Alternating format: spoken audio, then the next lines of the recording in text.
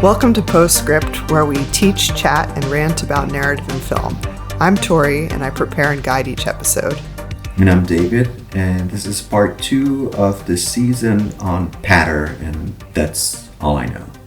Yes, this is the second and final part of the season, which is about the style of writing, dialogue, and performance that was used in the 30s, 40s, and 50s in gangster movies, film noir, and other crime movies to show toughness, edginess, and cleverness, which is a style I'm calling patter. And this is also the episode where we're going to have some patter trivia. So another influence on patter that I'd like to mention from the time is comedy. I don't know where it would have started exactly, but if you think of a comedian like Groucho Marx from the Marx Brothers. He's had a change of heart. A lot of good that'll do him. He's still got the same face. Which was very popular in the late 20s and early 30s. When these major gangster movies are coming out, like there are a lot of similarities to patter there. The super fast, staccato, monotone delivery, and the New York accent, which he also had. I thought this cigar was in my other suit. I wish you were in your other suit, and your other suit was being pressed. I think both of these became associated through him and probably others just with being like clever, quick-witted, wisecracking, street smart. So all this stuff is kind of overlapping. Why, a 4-year-old child could understand this report. Run out and find me a 4-year-old child. I can't make head or tail out of it. Anyway, you get the idea. Yeah. Which one's Groucho? Is he the one with the mustache? The three mustaches. 3 mustaches? Yeah, he has one for each eyebrow, and he's a third one. Yeah, like when you put on the disguise, it looks like Groucho. Yeah, Marx. exactly. Yeah. That you're the man I've been dreaming of. What do you eat before you go to bed? I'm going to play another clip here from The Big Sleep from 1946. Okay. Convenient, the door being open when you didn't have a key. Huh? Yeah, wasn't it? By the way, how'd you happen to have one? That any of your business? I could make it my business. I could make your business mine. Well, you wouldn't like it. The pay's too small. It's a very, Groucho Marx delivery. Yeah. Mm-hmm. Then by the 1940s, one of the most prominent forms of comedy was called the Screwball comedy, which is a style of romantic comedy. They're like bizarre situation comedies with like love triangles, like a comedy of errors kind of a thing. Anyway, this fast-talking comic dialogue also became very popular in those movies and was meant to show cleverness or maybe even like city life. But it was often spoken by WASP characters. So if you think of His Girl Friday, do you remember that one from 1940? Not by the Cary title. Grant. Cary Grant, there's a couple of reporters. There's really, Yes, I remember. There's really the keyword fast. was reporters. Reporters, yeah. Lots of telephones also. Yes, lots of telephones, and it takes place in New York. And it features a lot of this over-the-top, fast-paced talking and like wisecracking banter with like cross-talking happening. No. You're gonna help me out. Just this Don't once, bother honey. me. Will you get going? Get out of here, Duffy. I'm busy. No, Look, honey. please, save Look, your darling, breath. this will bring us back together again, just the way we used to That's be. just what I'm afraid of. Any time, any place, anywhere. Don't mock me. This is bigger than anything that ever happened to us. Don't do it for me. Do it for the paper. Scram, Svengali. Look, if you won't do it for love, how about money? Which leads me to another scene from a Screwball comedy from 1938 called Bringing Up Baby. We also watched this one together, which I don't think you remember this one very well, but it has Cary Grant, Katharine Hepburn, and a leopard. Do you remember a leopard? Yeah, it kind of rings a bell. Anyway, Katharine Hepburn has this amazing scene where she makes fun of patter. In the movie, she's arrested because of various shenanigans that she gets into. And she pretends to be a gangster who's about to rat on other gang members. So they let her out of the cell long enough for her to distract them and escape. So Katharine Hepburn is like the most waspy person you could ever imagine. She's super like old New England, well-bred and all that. And she has like that transatlantic or mid-Atlantic accent. So it's kind of like a fusion between like a British accent and an American accent. So to hear her imitate this, Like, that's how you would know that at that time this was already, like, an identifiable thing. Like, it was a joke or, like, a meme. People knew that this kind of accent with this kind of dialogue was a thing. The marble calls me Swinging Door Susie. Swinging door, Susie. Now, do you pig me? Come on, Toots, open up. Open up. I'll make it Stop, with your stop, stop wine. that, stop that. I'm not opening any doors around here until you promise to talk. Listen, I'll talk so much it'll make your hair curl. You'll talk. You hear that, Doc? She's promised to talk. All right, I'll open her up. Constable, she's making all this up out of motion pictures she sees. I Yeah, that's funny. It's really funny. And it works so much better now, like after we talked about it. Mm-hmm. You, like, understand what she's referencing now. I have a much better understanding of what, exactly. Over time, it did become more and more of, like, a tongue-in-cheek joke, I think. Like, it sort of went off in different directions, and, like, I didn't research enough to really say, like, much about what happened after this, but either way, I think it's still kind of with us in different ways. Like, once we got to the 50s, it was more about naturalism when talking about gangsters. Mm-hmm. Like, it had a more serious tone. Like, we watched The Sweet Smell of Success. Mm-hmm. There was a lot of on-location shooting, and they were kind of steering away from patter because it did sound pretty unserious and, like, contrived, scripted. So, they were going for more, like, authenticity by that point. Yeah.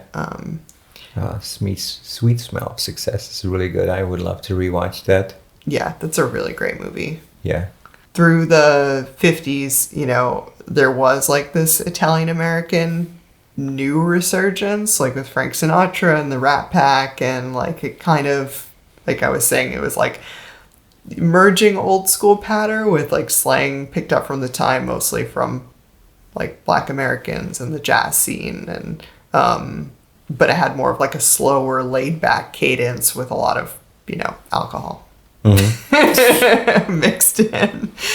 I mean, not like it wasn't probably taken from Black Americans originally anyway. I was going to ask, was it? I mean, we're talking about, like, the most impoverished, marginalized groups in cities.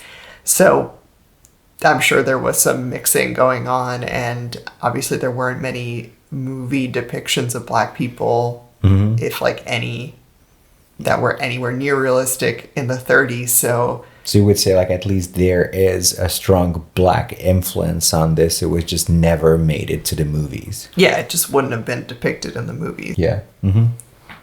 And then, like, you have neo-noir, which was mostly in, like, the 70s, and many of them take place in the 30s and 40s, like Chinatown or The Godfather.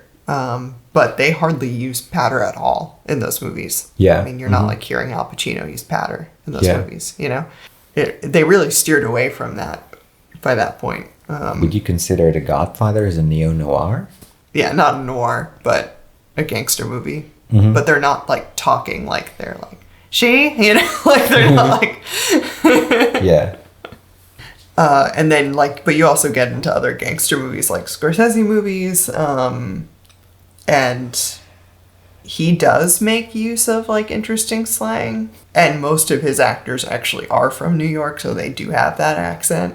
Mm-hmm. And they do sometimes speak with, like, a sort of a scripted, pre-scripted seeming way, but it's not really the same. Yeah. Yeah, it's not the same, but they definitely have, like, like weird slang and a lot of one-liners. So it's, I would say, like, it's probably, you could at least say it's influenced by it. I mean, he obviously knows all of these movies. I mean, he's just a huge movie nerd in general. Yeah, so. he's a giant nerd, so yeah. Yeah.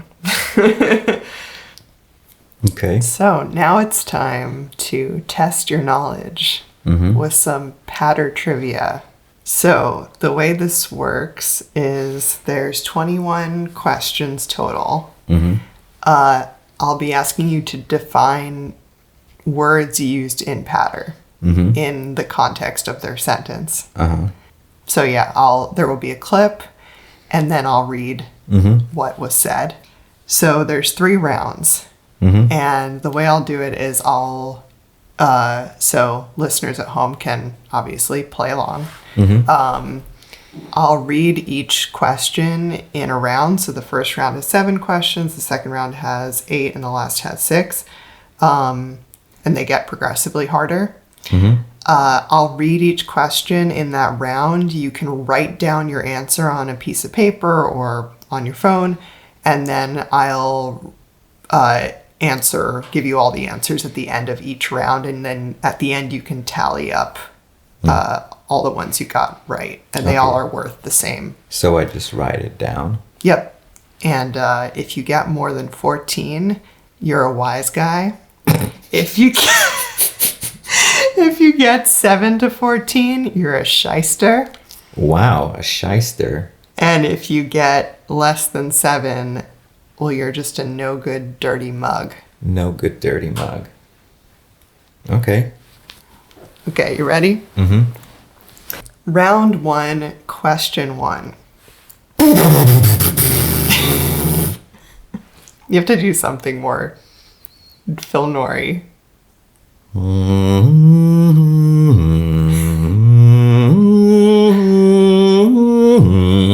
That's much better. Okay, this is from Jesus. This is from The Public Enemy from 1931. It means real dough. A 3-way split. It means real dough, a 3-way split. What is dough?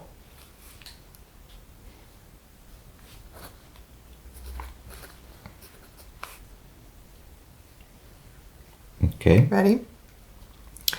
Question number 2. This is from Scarface from 1932.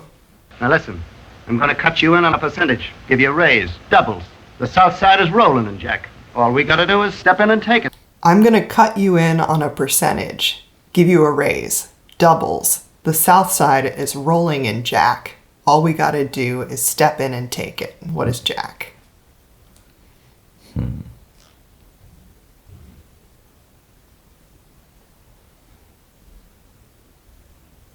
Okay.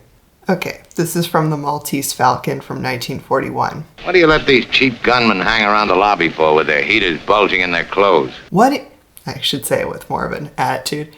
What do you let these cheap gunmen hang around the lobby for with their heaters bulging in their clothes? What are heaters? Okay. Heaters. Mm-hmm. Okay. This is from Double Indemnity from 1944. Look, baby, you can't get away with it. You want to knock him off, don't you? That's a horrible thing to say. Look, baby, you can't get away with it. You want to knock him off, don't you? And then she answers, that's a horrible thing to say. What does it mean to knock somebody off? Mm-hmm.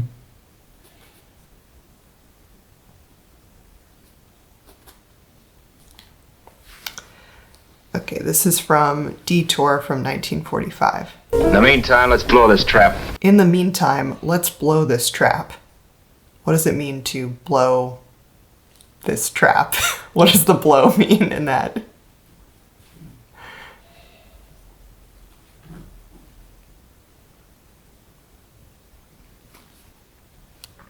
Okay. This is from Kiss of Death from 1947. There was a squirt says he seen me bending over Larry Young right after he was plugged. The squirt says he saw me bending over Larry Young right after he was plugged. What's it mean to get plugged or to be plugged?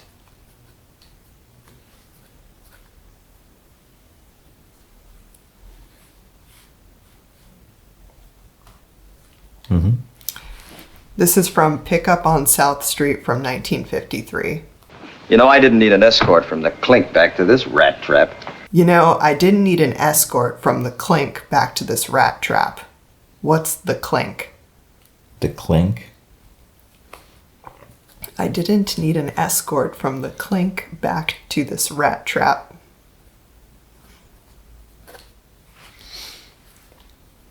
Okay, you ready? Mm-hmm. See how you did on this round? Okay. Okay, so you can just, check or X or however you want to. Mm-hmm.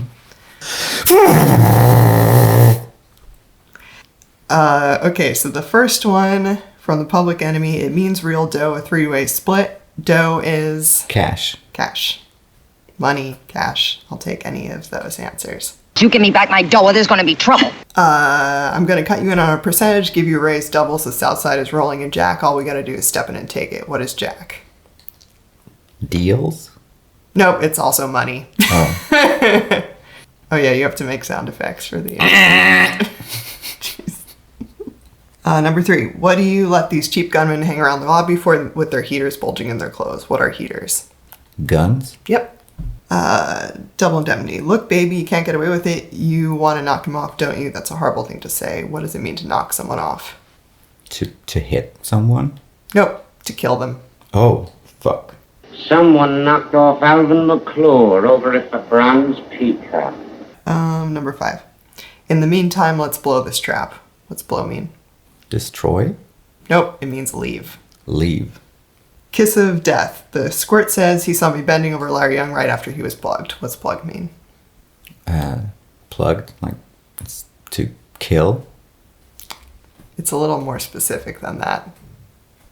Like to be shot? Yes. Okay. I'll give you that. Pick up on South Street. You know, I didn't need an escort from the clink back to this rat trap. What's the clink? The hood? No, it's jail.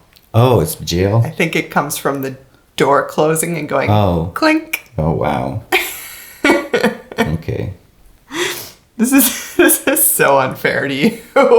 Like it's 3 out of 7. This is really.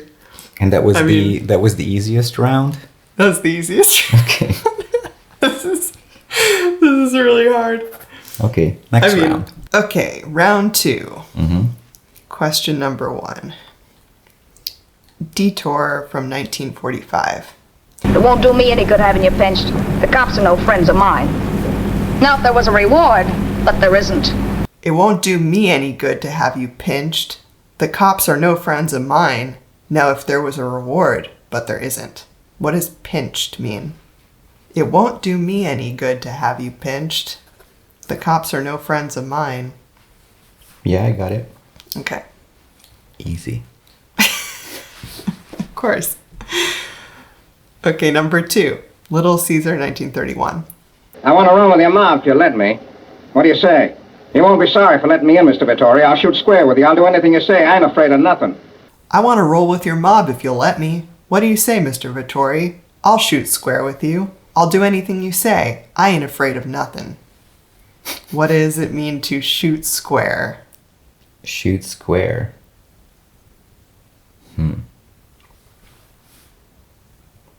If you just give me like the gist, I'll take different answers. Mm-hmm.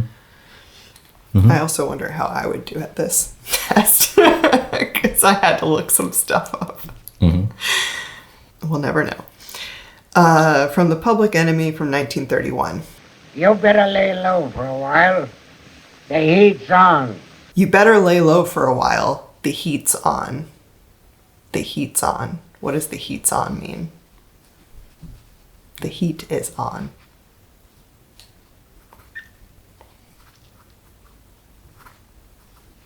Mm-hmm. Okay, also from the Public Enemy from 1931. You taught us how to cheat, steal, and kill. And then you lammed out on us. Yeah, if it hadn't been for you, we might have been on the level. You taught us how to cheat, steal, and kill. And then you lammed out on us. Yeah, if it hadn't been for you, we might have been on the level. What does it mean to lamb out on someone?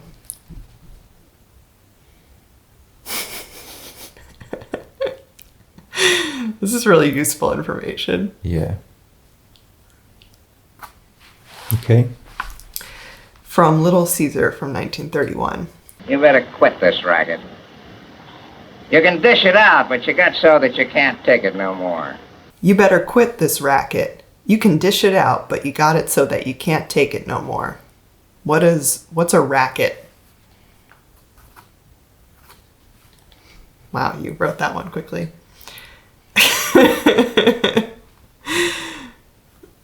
The Maltese Falcon, 1941. Sorry about the story's goofiness. A sensible one would have had us all in the cooler. Don't worry about the story's goofiness. A sensible one would have had us all in the cooler. What's the cooler? The cooler. Don't worry about the story's goofiness. A sensible one would have had us all in the cooler. From The Big Sleep, 1946. My. Such a lot of guns around town and so few brains. You know, you're the second guy I've met today that seems to think a gat in the hand means the world with a tail. My. Such a lot of guns around town and so few brains. You know, you're the second guy I met today that seems to think a gat in the hand means the world by the tail.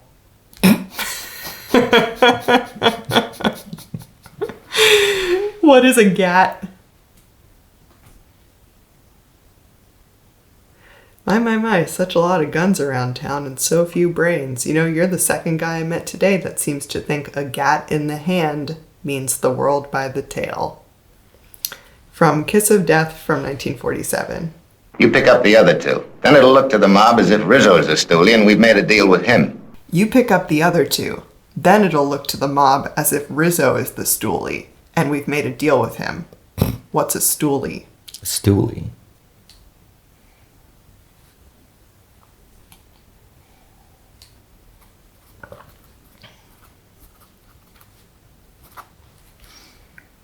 Okay, that was the end of round 2. Let's see how you did. Okay. Okay, Detour 1945. It won't do me any good to have you pinched. The cops are no friends of mine. Now if there is a reward, but there isn't. What is pinched? To arrest.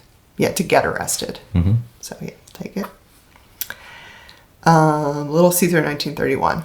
I want to roll with your mob if you let me. What do you say, Mr. Vittori? I'll shoot square with you. I'll do anything you say. I ain't afraid of nothing. Shoot square. It's to commit a crime or to rob? Nope.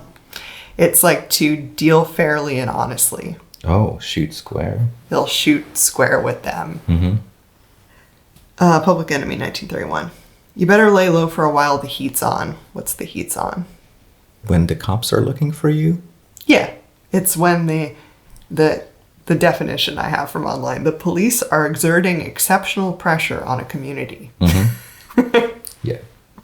On the gangster community.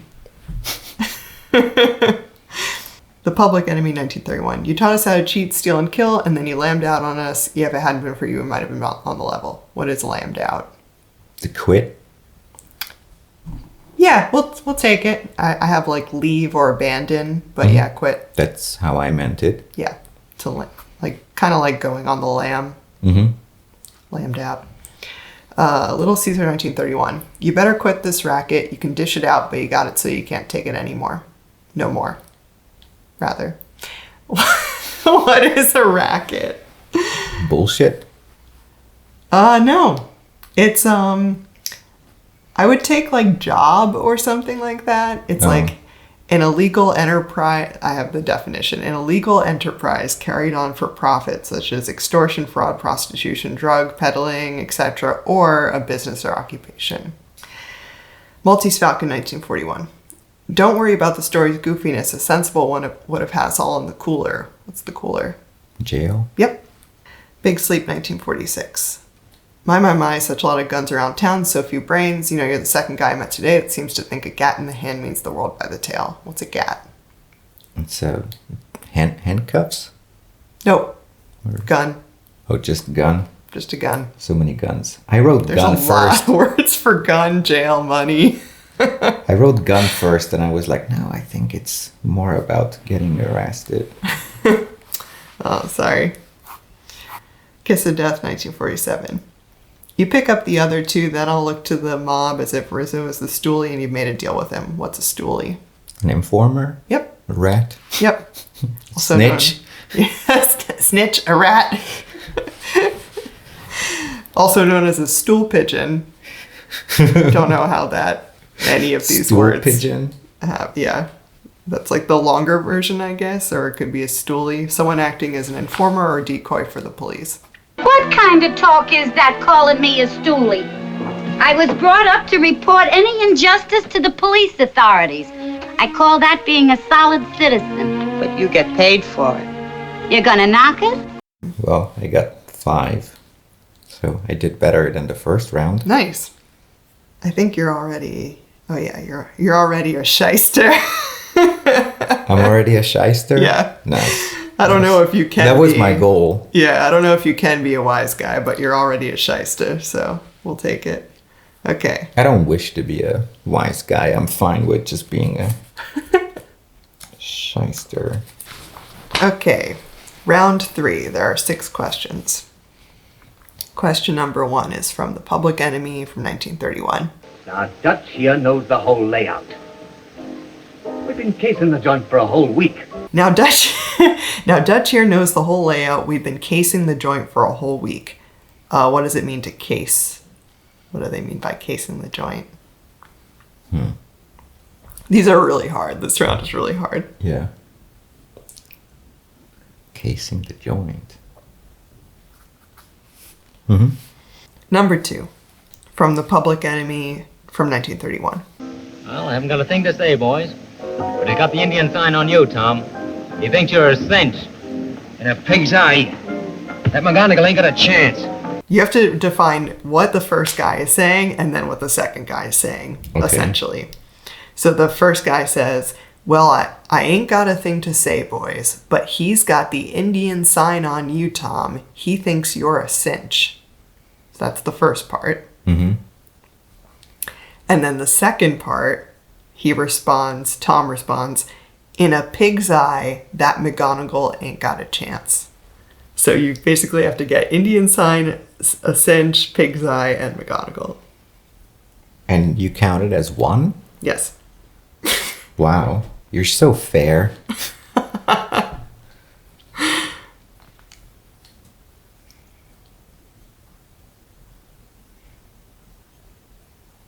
It's a tough racket. Yeah, I don't know. I skipped this one. Well, you want to move on to the next one? Okay. Okay, number 3. Detour from 1945. Before I got done reading it, I saw him more as a chiseler. Before I got done reading it, I saw him more as a chiseler. What's a chiseler?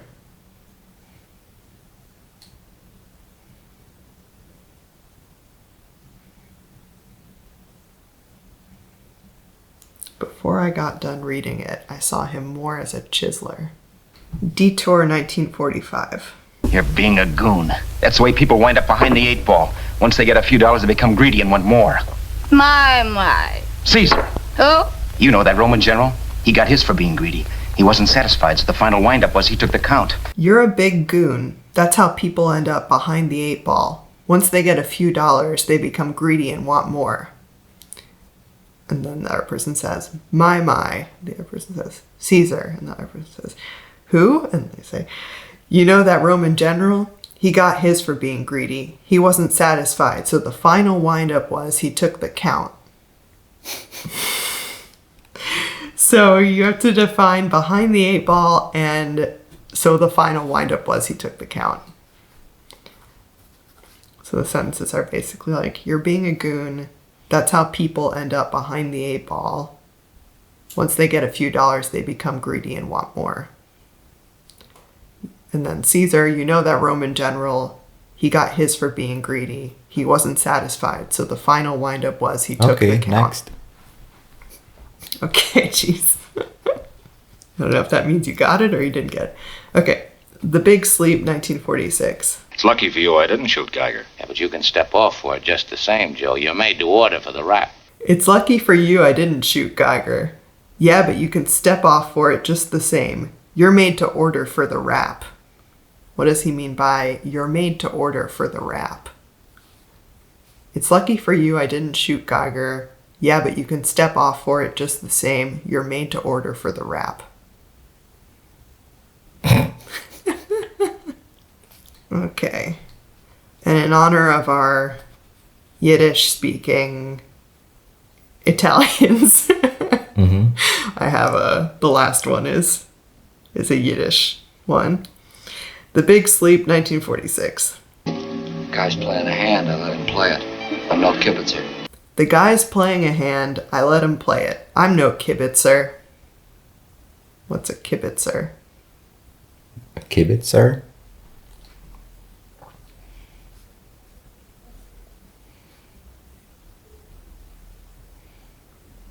Probably shyster is also Yiddish, I'm not sure. Okay, you ready? Mm-hmm. Okay, Public Enemy 1931. Now Dutch here knows the whole layout. We've been casing the joint for a whole week. What's it mean to case the joint? To observe? Yep, to watch or examine a place. Mm-hmm. Number 2. Public Enemy 1931. Well, I ain't got a thing to say, boys, but he's got the Indian sign on you, Tom. He thinks you're a cinch and a pig's eye. That McGonagall ain't got a chance. Want to try for any of them? Like the Indian sign is like he wants to kill you. Apparently, like you're on their shit list.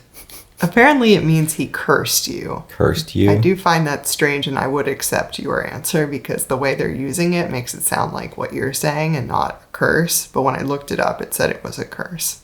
Okay. So he thinks you're a cinch. A cinch is a snitch. A cinch. A cinch.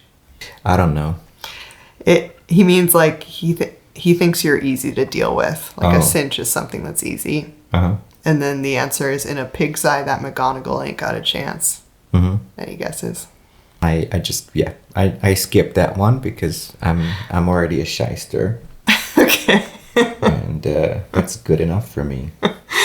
Okay, well, for anyone listening, in a pig's eye would be like if pigs could fly, like not a chance. Mm-hmm. And then that McGonagall ain't got a chance is like McGonagall is just, I guess, a slur for Irish or just a name for Irish. I'm not sure how offensive it's supposed to be. Mm-hmm. So basically the line is like, well, I ain't got a thing to say, boys. He's cursed you. He thinks you're easy to deal with. And the response is not a chance that Irishman ain't got a chance. Or, yeah, not a chance that Irishman ain't got a chance. Yeah, I think I got it. Yeah, okay. Okay, number 3. Detour 1945. Before I got done reading But it's ridiculous that I would get 1 point for this. Like... Look, it's not like you have to get a perfect score to become a wise guy anyway. So if someone out there gets it, they're going to be really proud of themselves. Okay. All right. Well, if anyone out there can possibly get number 2 in full, let us know. Let us know. Just make sure to write the message with, with this type of language. Yeah, that's essential. Okay, number 3, Detour 1945. Before I got done reading it, I saw him more as a chiseler. What's a chiseler? An amateur? No, it's a person who cheats or tricks, like a swindler. Uh-huh. Number 4. This was a 2-parter also. Mm-hmm. Detour 1945.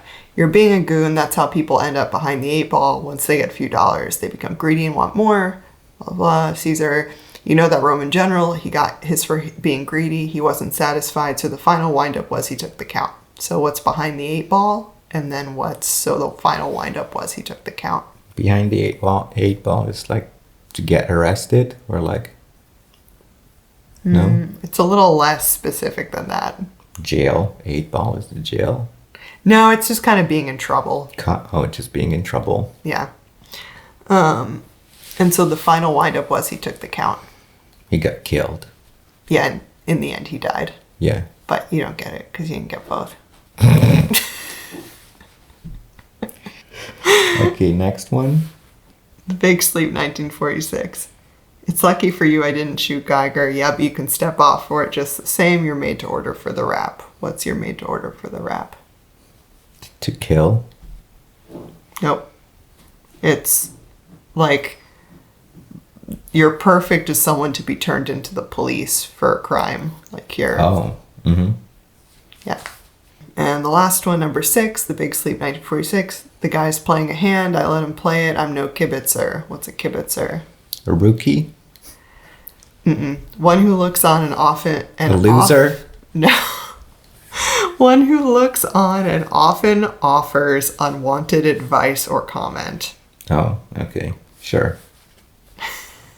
I would not have gotten that. Well, the point is... So how many you got? 1. Okay, so you got a total of 9? Yeah, total of 9. Nice. So yeah, you're still a shyster. I'm a shyster, and I'm a very comfortable, even a proud shyster. So just for the... I wouldn't want to be a wise guy. That sounds like a too dangerous job for me.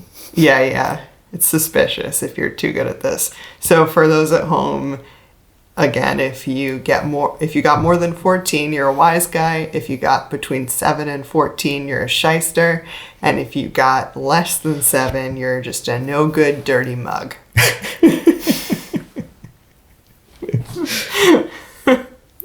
I wish I could speak like this. I would love to have. That's just too much guessing. No, you did great. You did really, really well. No, I'm glad you were a shyster, because that's perfect, because I think there will be some people who are better than you at this and some people who are worse. Oh, so really? You think some people might be better at But not that many, probably, because they probably don't watch any of these movies at all. Yeah, and there's also going to be other people listening whose first language is in English, so... But we'll see. We'll see how many wise guys we get. I'll just say one thing, is that, Mom, you better be a wise guy. So, but this is all part of why I wanted to do this episode, was to really encourage people to, like, stick with it. And sometimes I worry that, like, the genius of some of this dialogue is lost on contemporary audiences or non-native English speakers. So, like, hopefully this episode will inspire people to try to stick with it, because there's so much creative and really hilarious writing in these movies. So, turn on the subtitles, look stuff up, and I think you'll find it's worth it. It would be funny to do a dictionary, though. There are some online. There are? Yeah. There are some lists of these words. So, and most of the time, I did look up a lot of words that I didn't know, and you can find them. But yeah, it's funny, and I wish I could say goodbye in an appropriate way to our wonderful listeners. Well, so long. All right. So long, folks.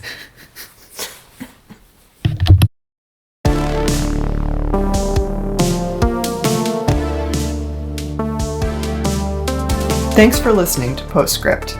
The music for this episode was created by my brother, Graham. If you want to reach any of us, you can email postscriptcast@gmail.com. I'm David, the boyfriend.